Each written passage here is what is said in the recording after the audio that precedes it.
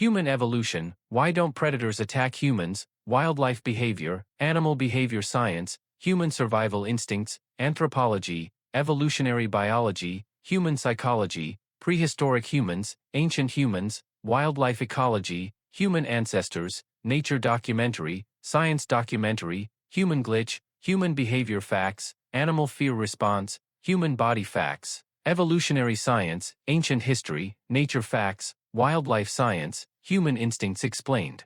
Script: somewhere tonight, in a national park or a remote village, someone is sleeping outside with nothing but a thin tent wall between them and animals that could kill them in seconds. A lion. A leopard. A bear.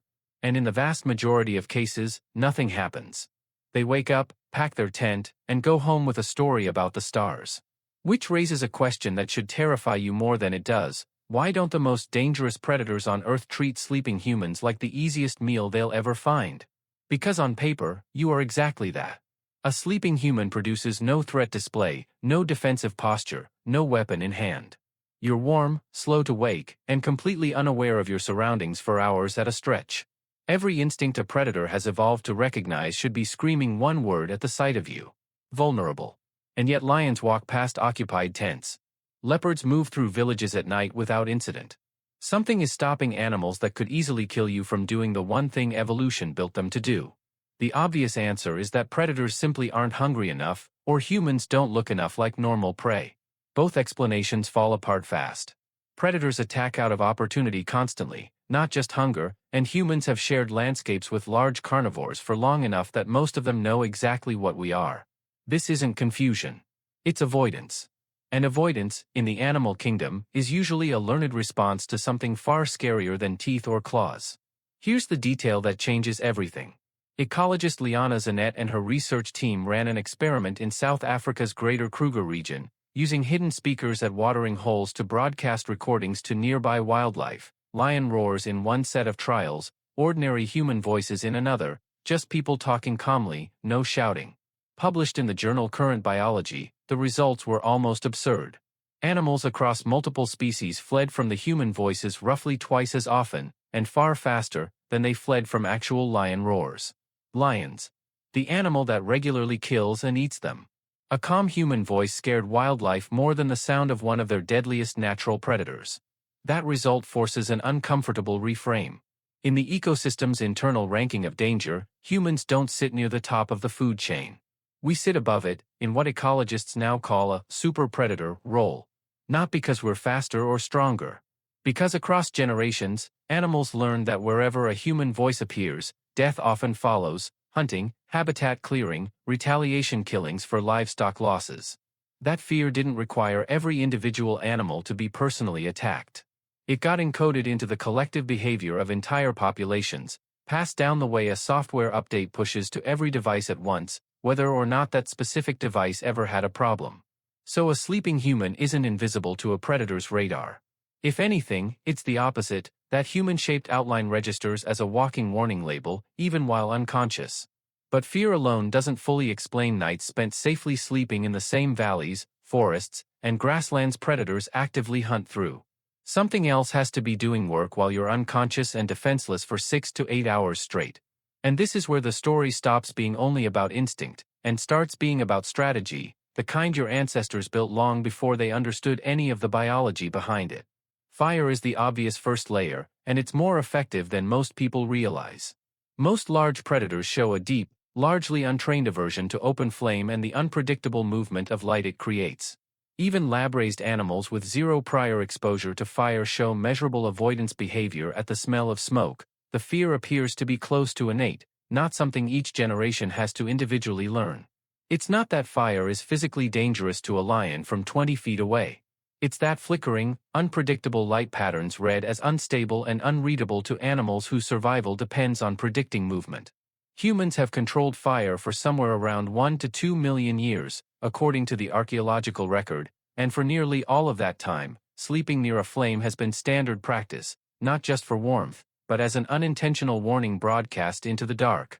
Smell adds a second, quieter layer.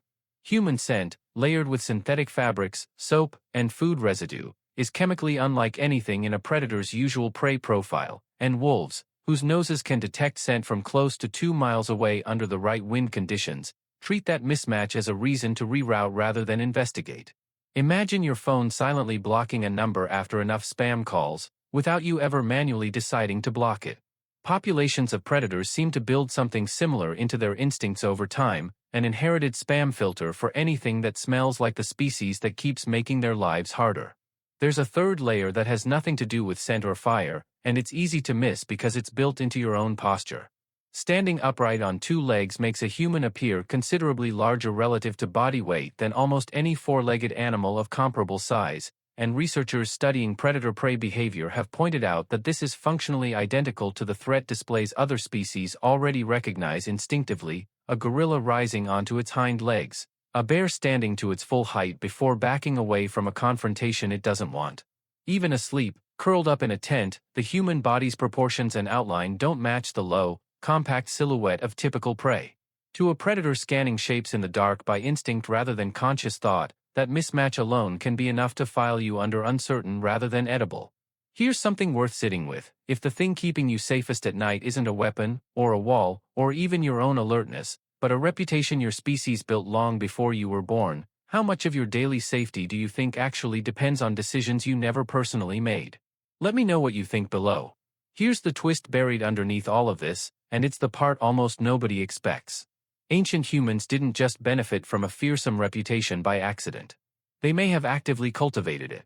Group sleeping arrangements, still visible in modern hunter-gatherer societies studied by anthropologists, typically include a rotating night watch, 1 or 2 people staying semi-alert through the night while others sleep deeply, swapping roles as the hours pass. That system doesn't just catch danger early.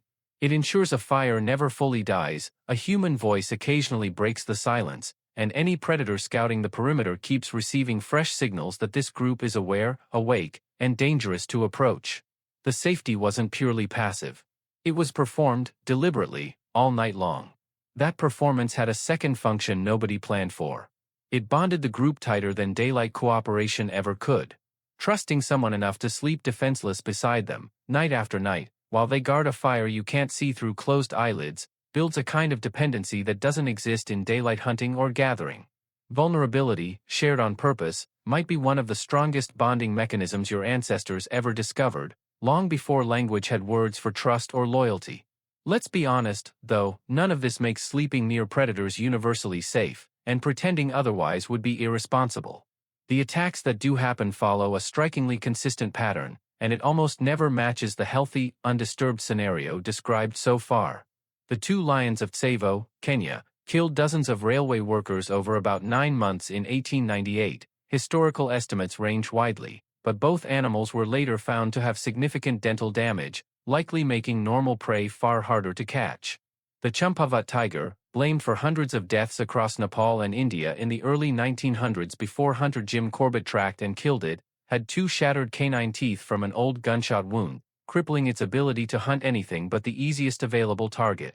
In nearly every well-documented case of large predators preying on humans, something had already broken the normal calculation: injury, habitat loss cutting off usual prey, or repeated exposure to humans feeding them until the inherited wariness simply eroded. The pattern of avoidance holds overwhelmingly when the ecosystem is intact and the predator is healthy. It breaks down specifically when desperation overrides instinct. There's a stranger consequence to all of this that ecologists are still mapping, and it stretches far beyond any single tent or campsite. Zanette's research didn't stop at proving predators fear us. Her team also tracked what happens afterward, once that fear takes hold across a landscape.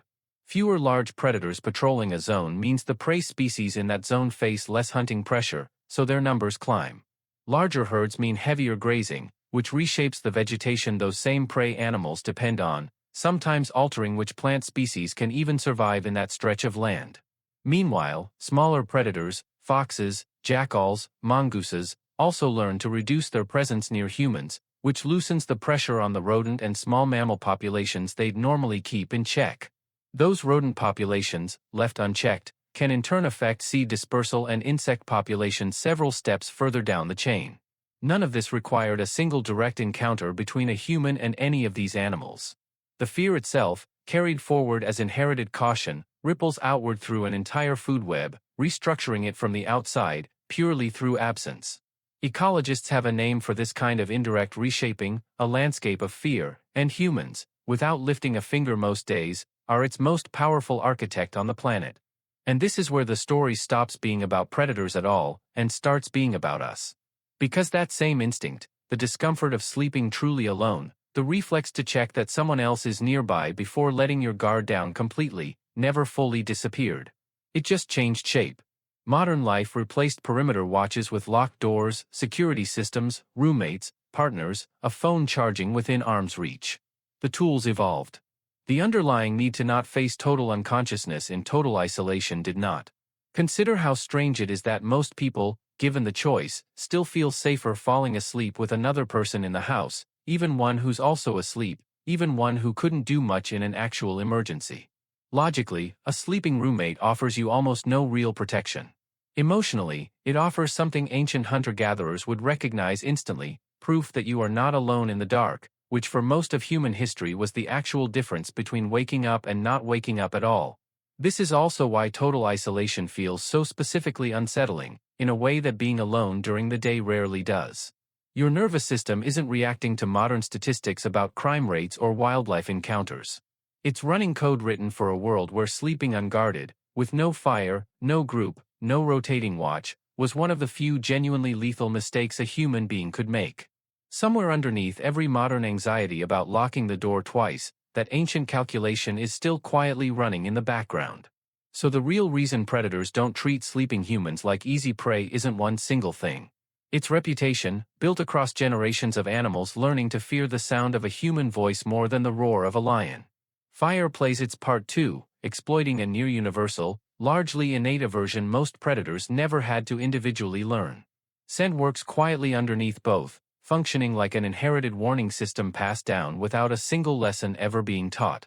Even your outline works against a predator's read of you, upright, oversized for your weight, tripping the same threat display instinct a gorilla or a bear relies on to look dangerous without lifting a paw. And underneath all four layers sits a deliberate, ancient strategy, staying visibly awake in shifts, keeping a fire alive, making enough noise to remind every predator nearby that this group was never actually unconscious at all. You've inherited every layer of that system without ever building a single piece of it yourself.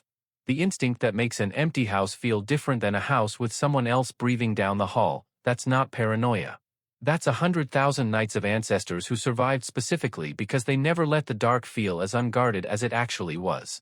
If uncovering the hidden reasons behind instincts like this is the kind of thing that keeps pulling you back, subscribe. Next time we're tracing why total silence unsettles you more than actual danger ever does. Somewhere tonight, whether you notice it or not, some part of you is still running a system built by people who never once slept as safely as you do now, and somehow, that old, unfinished code is still the reason you can close your eyes at all.